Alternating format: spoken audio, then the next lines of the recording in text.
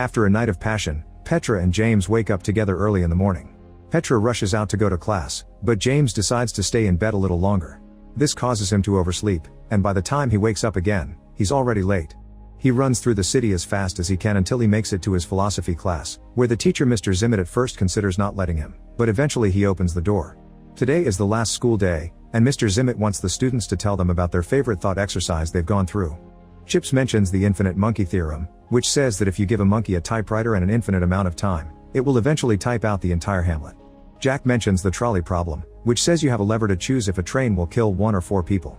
Just for fun, they change that riddle into the obese man problem, where you have to option to push a fat man on the tracks to stop the trolley. Georgina likes the ignorant bliss paradox. In this one, someone is hanging off the highest tower in the city on purpose to test if their friends will help them. However, their friends are afraid if they try to pull them up, they might be yanked over themselves, so they step back.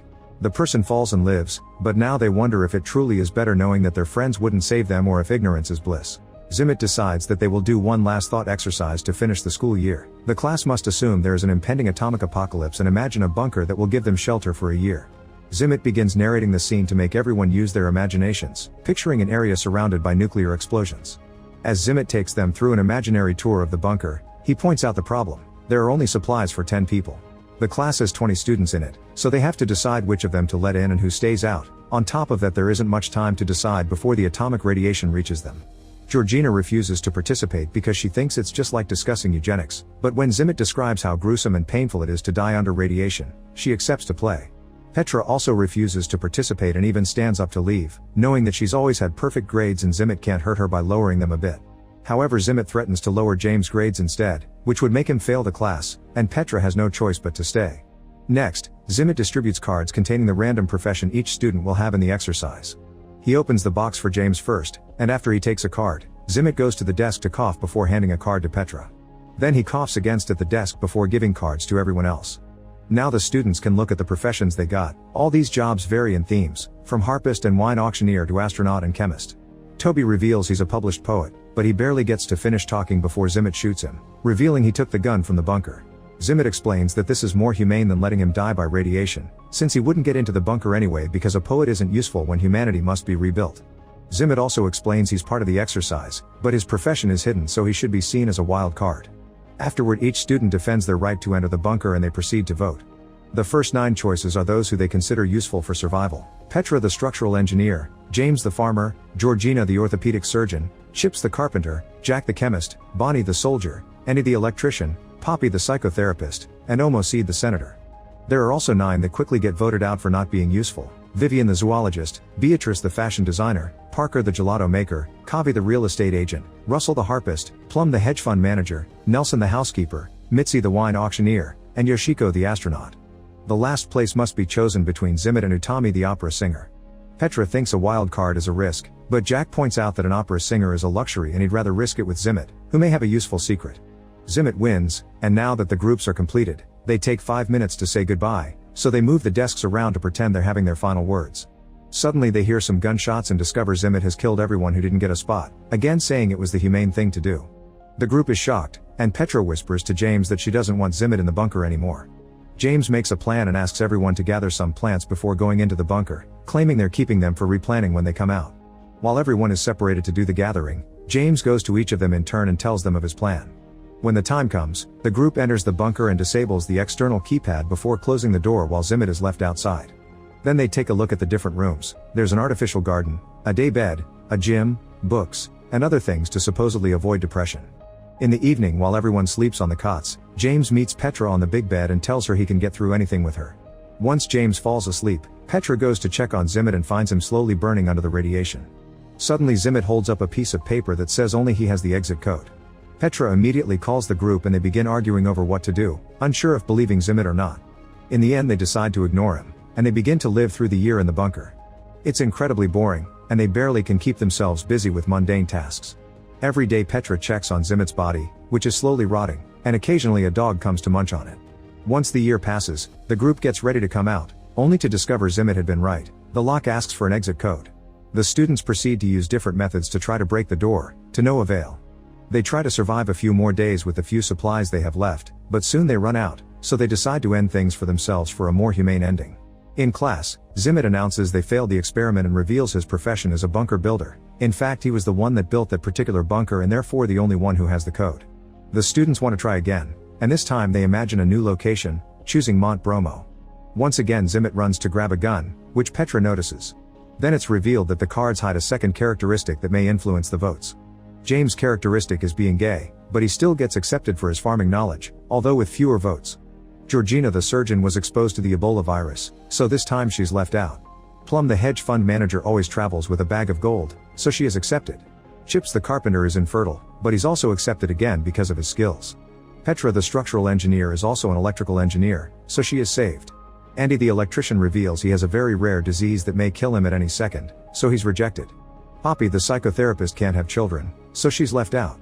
Vivian the zoologist reveals she supports PETA, so she is left out again. Jack the chemist won the genetic lottery, meaning he'll live long and healthy, so he's accepted again. Kavi the real estate agent is also a midwife, and since they've lost Georgina as their doctor, he gets to stay this time. Parker the gelato maker has no extra characteristic, which means someone else has too, and he's left out. Utami the opera singer has too. She can speak 7 languages but she will develop a throat tumor in 3 years that won't let her talk anymore, so she's left out. Mitzi the wine auctioneer has an IQ of 200 yet she's left out again. Beatrice the fashion designer created a popular brand of women's clothing out of bamboo, but she's also left out again, and the same happens to Russell the harpist who is autistic. Omoseed the senator will be the first female chief justice of the Supreme Court, therefore she is saved again. Bonnie the soldier has eidetic memory and gets saved once more. Nelson the housekeeper is an exceptionally kind person, which at first doesn't help him, but he ends up staying when Petra says that they need more boys and Omoseed argues that they need more hard and strong workers from the middle class. When Toby the poet is about to mention his characteristic, Zimmet shoots him again, saying this spot is for him because the group still doesn't know the code. Then Zimmet gives Georgina the keys to a truck, and the people that were left outside immediately try to run away to save themselves. Unfortunately, the vehicle is hit by the explosion. The chosen ones also begin running to reach the bunker just in time, and the boring everyday life begins once again.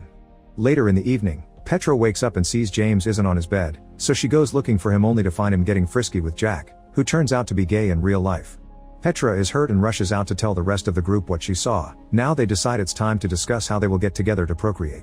Since Chips is infertile, he doesn't need to help, while Jack and James refuse to participate because they can't even fake it with a woman for the sake of babies. Bonnie and Kavi are paired together, and so are Omoseed and Nelson. As revenge for her boyfriend, Petra accepts to do it with Zimmet, ignoring James when he says she still loves her. While the explosions outside ravage the planet, the 3 couples get frisky at the same time.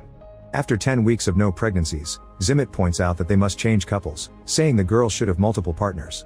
Bonnie refuses, saying they are taking logic too far to solve things and that shouldn't override her consent. Zimmet walks away only to return with a gun in hand, threatening everyone but Bonnie to leave the room. The group runs out but Jack manages to hide behind a corner, and once Zimmet is distracted, Jack tackles him and makes him drop the gun. Bonnie quickly picks it up and holds Zimmet at gunpoint, but the guys continue to fight until Zimmet overpowers Jack. However, Jack retaliates by stabbing Zimmet in the ear with a pen. Devastated, Zimmet goes to the front door and puts in the code to open it, bringing everyone down with him. The class has failed the exercise again. James is more suspicious now and questions Zimmet's motives for the exercise, mentioning the strange cough he had when he assigned him and Petra the roles and pointing out that Zimmet has not coughed since. Suddenly James goes to the desk and grabs the box, running out of Zimmet's reach to open it and discover the secret.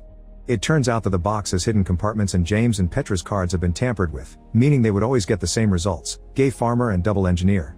James wants to know why Zimmet hates him in particular, so Zimmet brings up the allegory of Plato's cave. In this allegory, a man lives his whole life chained to a wall and only ever sees shadows and hears echoes, assuming that's how reality truly looks and sounds.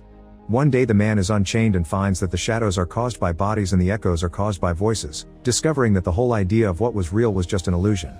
Zimmet says that this allegory is something like James, claiming that the exercise is meant to confront James about how his privilege has ill-prepared him for the real world, but James doesn't believe him.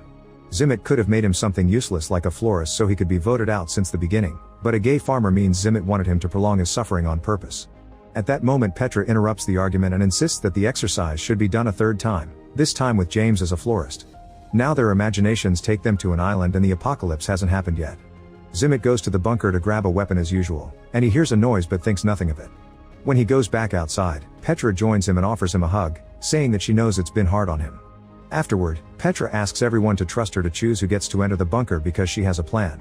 When everyone agrees, Petra makes her choices and explains her reasoning. Mitzi is saved because a genius wine auctioneer would be smart enough to bring both red and white wine on a trip, ensuring everyone has a good time. Beatrice is saved because dressing well boosts self-esteem, which promotes productivity and could save civilization. Toby's second skill turns out to be champion poker player, so he's saved because he brought cards with him and he'll provide entertainment. Russell is also saved because many people consider autism a gift. Georgina was only exposed to Ebola, but they don't have proof she has it, so Petra brings her in while promising to pray for her. Utami the opera singer may be mute in 3 years, but now everyone could fall asleep to her singing, so she also gets saved. Jack is taken in because of his perfect genes, but he is upset because he'll be without a partner because of his orientation. At that moment Parker comes out of the closet, so he's saved as well. With only 2 spots left, Petra chooses James. As the chosen ones enter the bunker, in the classroom everyone sits together as a team. Zimmit has been complaining all along, and with each choice, he lowers Petra's grade to the point of failing, but seeing the useless people enter the bunker makes him lose it and he reaches for his gun. However, he doesn't find it. It turns out Petra stole it when she hugged him earlier. She gives it back to him, only to reveal it's not loaded. Petra hands Zimmit 2 bullets, saying she doesn't want him to suffer like last time, but at that moment James threatens Zimmit with a rifle. It turns out he had been the noise in the bunker. Desperate to survive, Zimmit says that nobody knows the exit code except him, but Bonnie used her perfect memory to memorize it during the last run. Feeling defeated, Zimmit leaves. Next, Petra wants to give the last slot to Bonnie, but since she refuses, Chips takes the spot. James is no longer gay in this itineration of the exercise and begs Petra to come with them, but she refuses, saying she'll take the boat and try to get out of the radiation zone, only for Chips to reveal he has the boat keys. Acting fast, Chips pushes Petra inside, switching places with her before the door closes. While the rest of the group rushes to the boat to get off the island, Petra continues to narrate the thought exercise, explaining that despite horrific circumstances, somehow they had fun during the year in the bunker because they had cards, wine, Shakespeare performances, and original poems. James tells Petra how much he loves her, but she hesitates to respond with the same phrase. When machines break in the bunker, they use the pieces to make a harp, and Russell plays it while Utami sings to make their evenings magical. Once the year passes, the group leaves the bunker only to discover that the bombs never fell. Zimmit narrates that they will die, as none of them have the technical skills to survive on an island, but Petra responds that their lives will be short, but at least they'll be well and happy. They'll also be ready to welcome death when it arrives. Suddenly a rocket falls on the beach and James gets ready to detonate it, but at that moment Zimmit shows up and shoots to stop him. It turns out he had found a cave and went deep enough to avoid the radiation. For the past year he has been surviving with what he could find there. Zimmit can't let them commit an act as unreasonable as ending the human race and threatens to shoot James with his last bullet, but the rest of the survivors move one by one to stand in front of him as a shield. They use the chance to press the detonation button, and the bomb blows up the entire island. Back in class, Zimmit is ashamed of the latest exercise, but Chips quickly cuts in to offer his own version as well. He says that the boat managed to go far enough to avoid the explosion, and he became the only guy with 6 women all to himself. The group wonders what happened to the 3 other males, and Chips says Kavi drowned, Nelson had a barracuda attack, and Andy had a run-in with the palm tree. Being infertile doesn't mean the chance of procreation is 0, so in this ending, Chips taps a different girl each day. Zimmit finally finishes the class, and all the students leave except Petra, who accuses Zimmit of trying to use the exercise to punish James. It turns out Zimmit has been having an affair with Petra, and he believes James is beneath her. Petra explains that intelligence isn't all that matters and that she loves James, so he shouldn't be punished for something he doesn't know about anyway. Petra gives Zimmit a last kiss and leaves. Afterward, Zimmit is alone in the school and begins running through many variations of what happens if he goes to his office. Sometimes he simply eats, but other times he finds his gun and a shot can be heard in the building.